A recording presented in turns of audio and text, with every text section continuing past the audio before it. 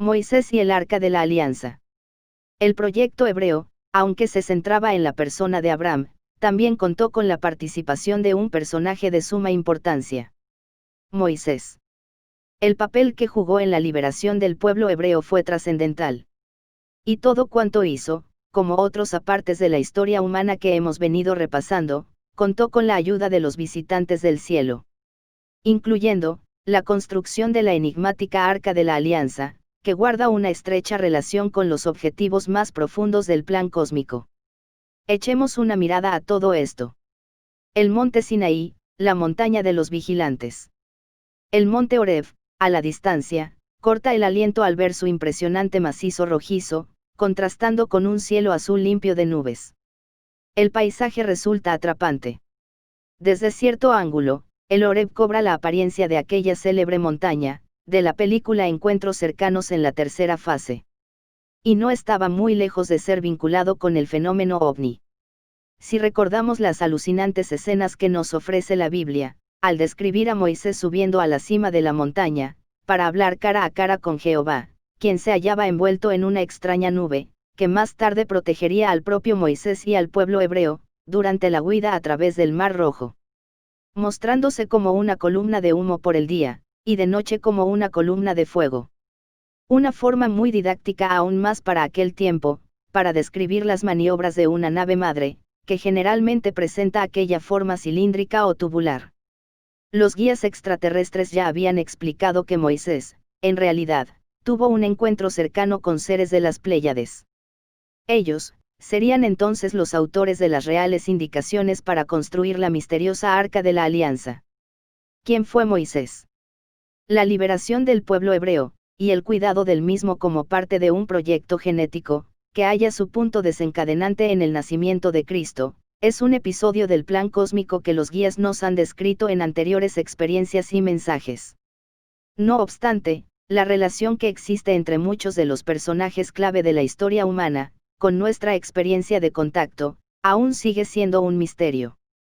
Por ejemplo, hoy sabemos que muchos de los apóstoles de Jesús encarnarán más tarde como seres extraterrestres, que serán incluidos en el plan de ayuda a la Tierra. El propio guía de la misión Rama, Oxalc, habría sido el profeta Samuel, quien nació en la ciudad de Ramá, ubicada, para pensar un poco más, en el paralelo 33. Y resulta más interesante leer en el Antiguo Testamento, cómo Samuel despierta al llamado de Dios, cuando se hallaba durmiendo. Precisamente, en el tabernáculo donde se protegía el Arca de la Alianza. La persona de Moisés es particularmente inquietante, misteriosa, pero como decíamos, vitalmente trascendente. Aparentemente, solo la Biblia asegura su existencia. Ni las inscripciones sirio-palestinas, ni los textos cuneiformes, o los archivos egipcios lo mencionan. Nacido, según los estudiosos, en el año 1570 a.C. Moisés era educado en Egipto como recordamos. Al ser rescatado del Nilo, cuando era solo un bebé, abandonado en una cesta de junco, con todas las influencias que ello supone, aunque en su corazón nunca dejó de sentir como hebreo. A la edad de los 120 años, en la cumbre del monte Nebo, el corazón de Moisés dejaría de latir. Luego de contemplar la tierra prometida que no pisaría, pero sí su gente. Muchos asocian el concepto divino de un único Dios que transmitió Moisés, el mismo mensaje que manejó Abraham, con la herejía de Amenofis IV o Akenatón. Este último, modificó las tradiciones religiosas de Egipto. Creó una nueva capital, y hasta intentó organizar una sociedad diferente, basando todo su esfuerzo en la existencia de un solo Dios. Toda esta aventura en tan solo 17 años. Al igual que Moisés, Akenatón fue inspirado por su encuentro extraterrestre con el disco Atón, desarrollándose su experiencia en un desierto. Como ocurriría miles de años más tarde, en 1974, con la misión Rama, que en su parte exterior, culminará también a los 17 años de haber sido iniciada. El número 17 representa la muerte, el cambio, la transformación. Es la transición de una etapa a otra. Si analizamos profundamente la importancia de todo cuanto hicieron hombres como Abraham, Moisés, Akenatón, entre otros tantos programados, hallaremos un entramado que finalmente nos llevará a la esencia misma del plan cósmico. Sin duda, el mayor misterio que nos dejó Moisés, es el Arca de la Alianza. Un extraño objeto, que fue construido bajo instrucciones celestes. ¿Por qué? El Arca del Pacto Celeste. Desaparecida súbitamente del Templo de Salomón, en el siglo IX a.C., ante la violenta invasión de Nabucodonosor, el Arca de la Alianza se constituye sin lugar a dudas en uno de los objetos sagrados más importantes y sobrenaturales, mencionados en la Biblia.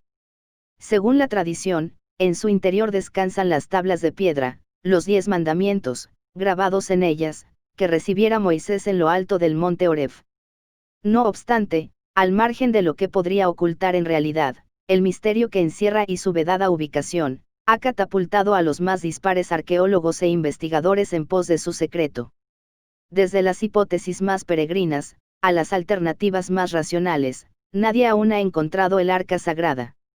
Algunos sostienen que se encuentra en Etiopía, otros en una caverna del monte Nebo en Israel, y no pocos la sitúan en el sur de Francia. ¿Será posible que ante la destrucción del Templo de Salomón, el Arca de la Alianza haya sido protegida por la Hermandad Blanca, siendo llevada a aquel lugar donde se dieron las instrucciones para su construcción, el monte Sinaí?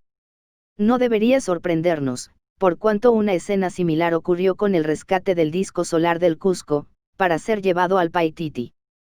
Antes que la sagrada herramienta cayese en manos de la conquista.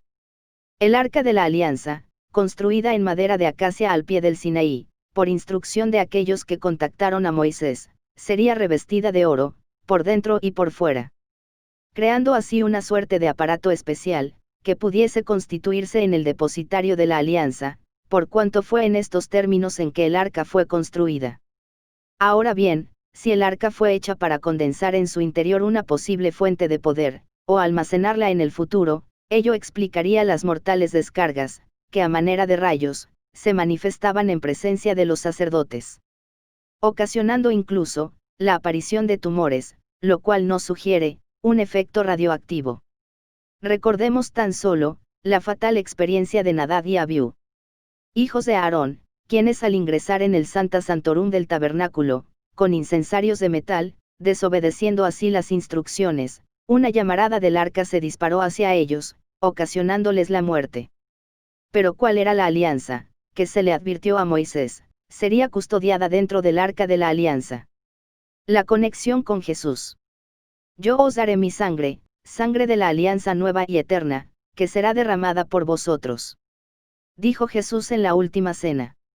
La tradición cuenta que José de Arimatea, discípulo secreto de Jesús, había recuperado el Santo Grial, con el cual bebió el Maestro en aquella sentida cena con sus apóstoles. Y en el momento más dramático de la crucifixión, cuando el centurión romano Longinus clava su lanza en el costado de Jesús, José extiende la copa para llenarla con la sangre sagrada, que era derramada desde el corazón abierto. Aquí también hay un símbolo del Señor del tiempo.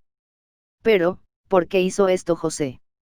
Algunos investigadores han sugerido diversas teorías para explicar dónde habría terminado el Santo Grial, y lo más intrigante, la sangre de Cristo.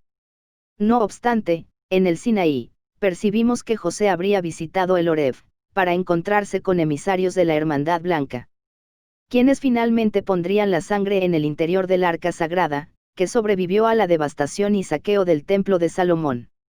Y que ahora, se halla protegida en una cámara secreta, bajo el monte Sinaí. Y es interesante descubrir que el Horeb, al margen de la historia de Moisés, ya era un punto de contacto conocido por los iniciados.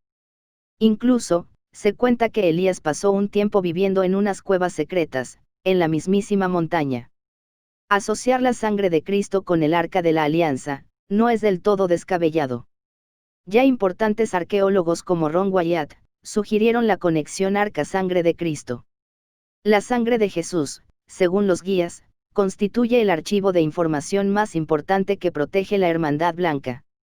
Comprender ello, será difícil, si antes no hablamos de quién fue Jesús, por qué vino, y en qué consistió su misión.